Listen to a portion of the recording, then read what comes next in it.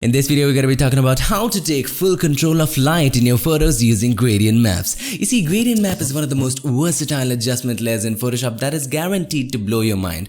Whether you want to decrease the bright spots from your images or add more layers of dimension, gradient maps is your way to go. So without any further ado, let's jump straight in.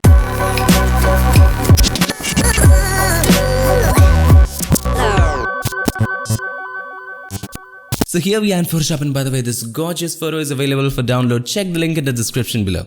Okay, so the first thing that we need to do is to create a gradient map. Okay, so click on this gray white icon, circle icon, click on that and click on gradient map. Now, it becomes black and white.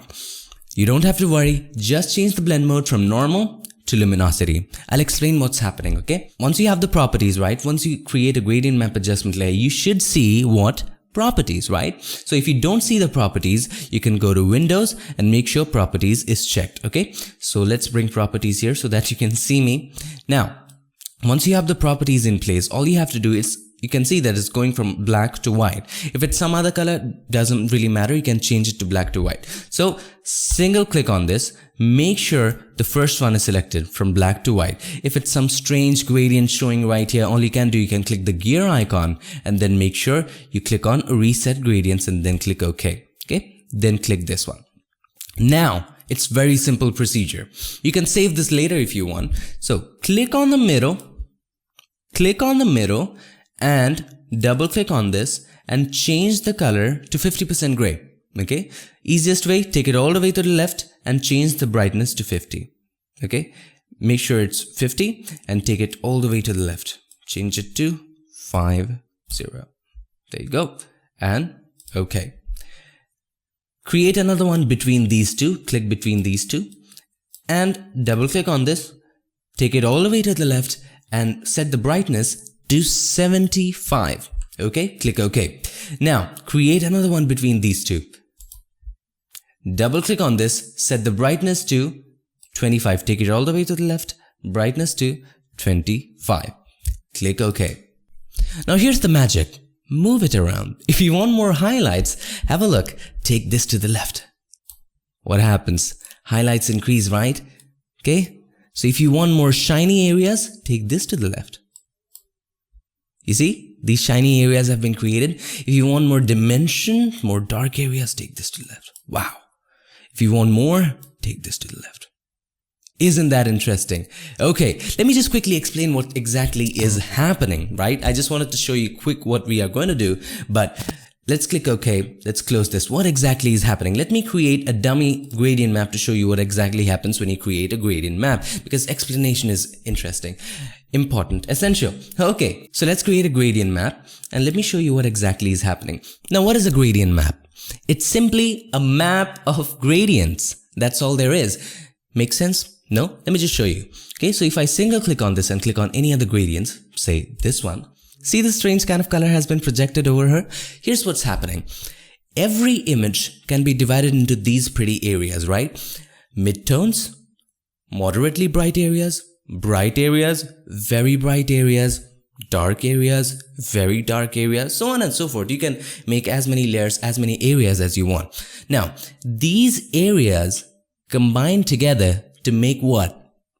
A map, right? And gradient map these areas control what exactly happens in those areas. For example, if I choose this, so in the far left, there is the darkest areas of the photo. In the far right, there is the brightest areas of the photo. So if I change this color to say blue, say red, the dark areas become red. And if I change this white to say yellow, the bright areas become yellow. Make sense? Right? You can make as many layers as you want. You can make another layer here, change it to somewhere around this color. You can create bundles and bundles of layers. So as you move towards the left, it controls the darker areas. As you move towards the right, it controls the brighter areas, right? And if you change the color here, it controls what? The midtones. So that's specifically what it is. Now, what we have done here in this one is that it's a black and white. It's a gradation from black to white. Now, if we don't change the blend mode, it will be a black and white image, but we have changed the blend mode to luminosity, which means that we are saying to Photoshop, don't affect the colors, just affect the brightness, darkness, midtones, so on and so forth. Don't affect the colors. Affect everything else, not the colors. So let's get back. Let's zoom in quite a bit and to have a better understanding. And let's get back to this gradient editor. This is the gradient editor. Now, if you move the sliders, as you can see, this area is also becoming dark. If you move this slider to the left, this area is also becoming more bright. Okay, so say you want to get rid of the hotspot. What you would do, you would take it all the way to the right. See, you got rid of the hotspot. So that's how you're completely able to control what's happening in your photos. Now I just created 1, 2, 3, 4, 5 sliders. You can create as many sliders if you want, get as much intricate as you want. Now, the trick is this. If you are clicking on the middle and if the location percentage is 50, make sure it's 50% gray, right? If your location is, say, this location, if it's say 80, right? If it's 80, make sure the color of it is 80% brightness, 80% bright. Take it all the way to the left and then 80 and then move. So you basically have the idea of how exactly it works. Now all we have to do, we just have to move the sliders according to our image. If you want softness, you wouldn't want highlights. But since this is a bodybuilding photo, this is a workout photo, we want more of a grungy look here. So something like that. Don't go too close, it will just start to just show crazy edges. So don't go too close. There we go. Take it all the way to the left. Take it to the left. Okay, once you're satisfied, click OK. Have a look at the photo. Let's scroll. Have a look. So this is the before. This is the after. Makes tons of difference. Now, if you think this is too much of hotspot, here's what you have to do. Double click on this, single click on this, take this to the right. There you go. Not too less, just a little bit to the right. Take it to the left, just a little bit, take it to the right. There we go. Click OK. Close it. And it's done. But as you can see, if we remove the hotspots from our face, here's what's happening. We are missing out on the highlights on the body and we don't want to let go of it. So let's come back to this and let me show you a trick here. So if I single click on this and if I bring back the hotspots, just like that, see how nice the hotspots are? We don't want to get rid of it, right? So nice hotspots, click OK. Now zoom back in. As you can see, there are a couple of hotspots we want to get rid of. All you have to do, we already have a mask. Click on that mask.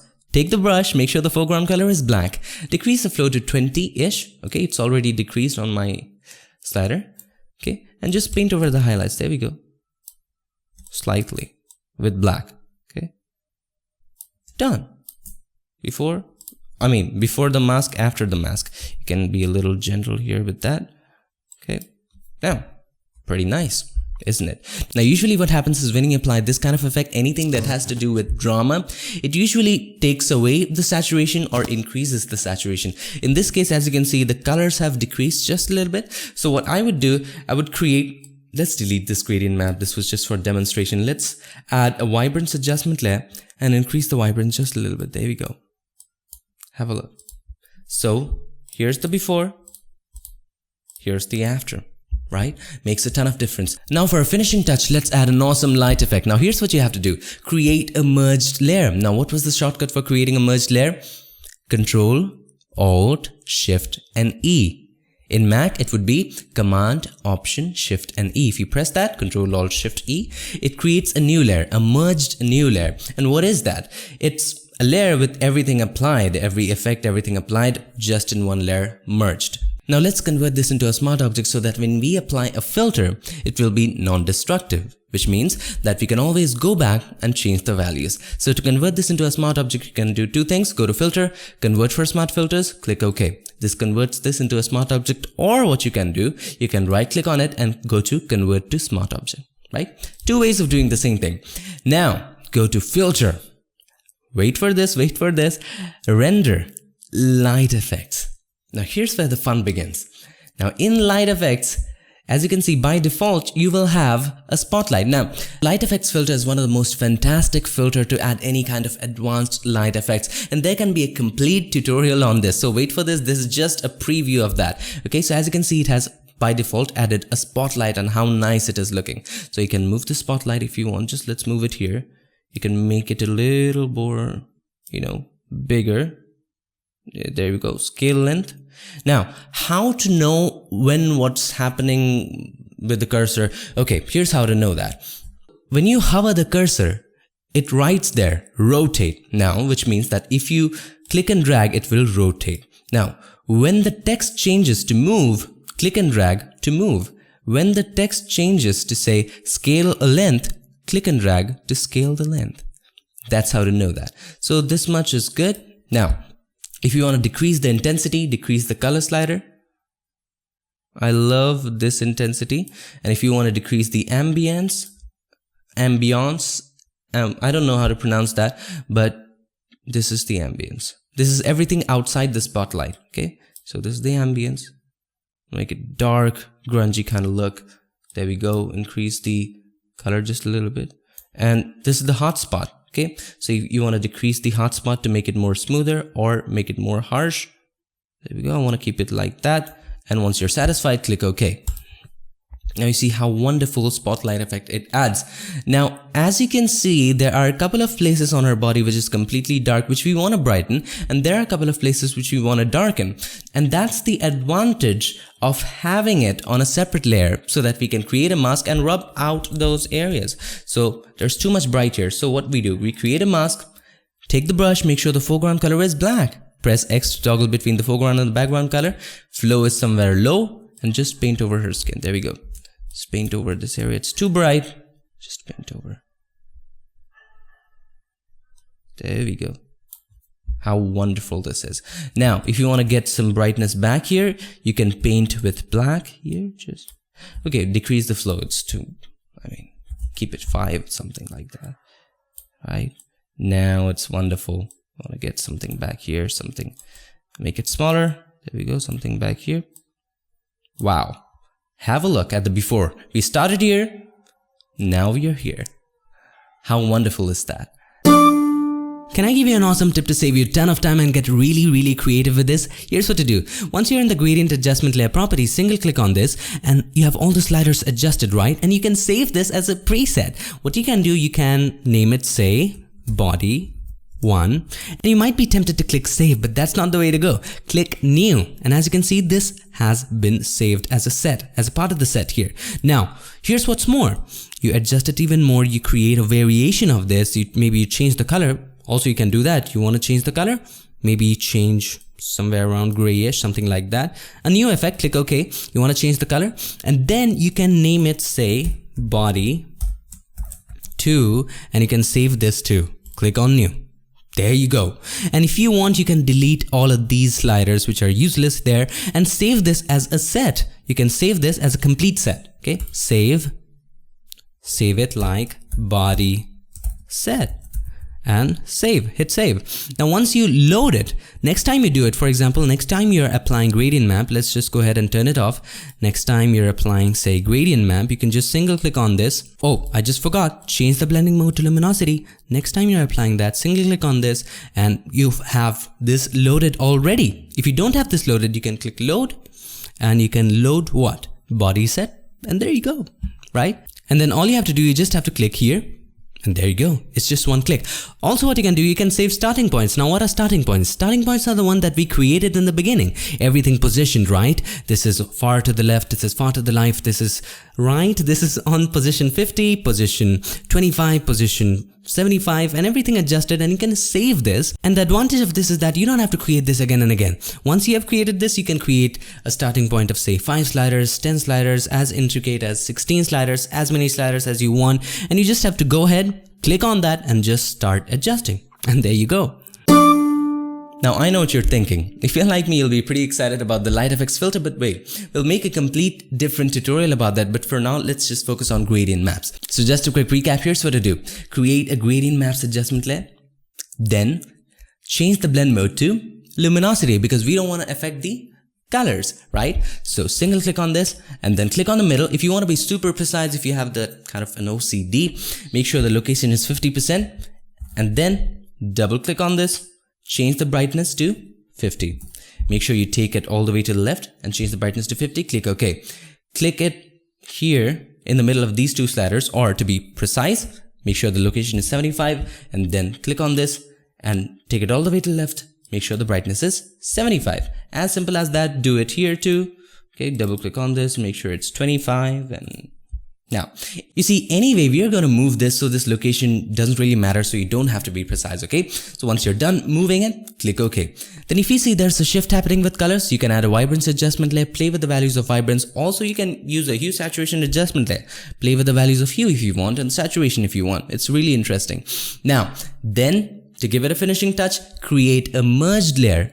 Don't forget to convert that into a smart object. Then apply the filter, light effects, okay?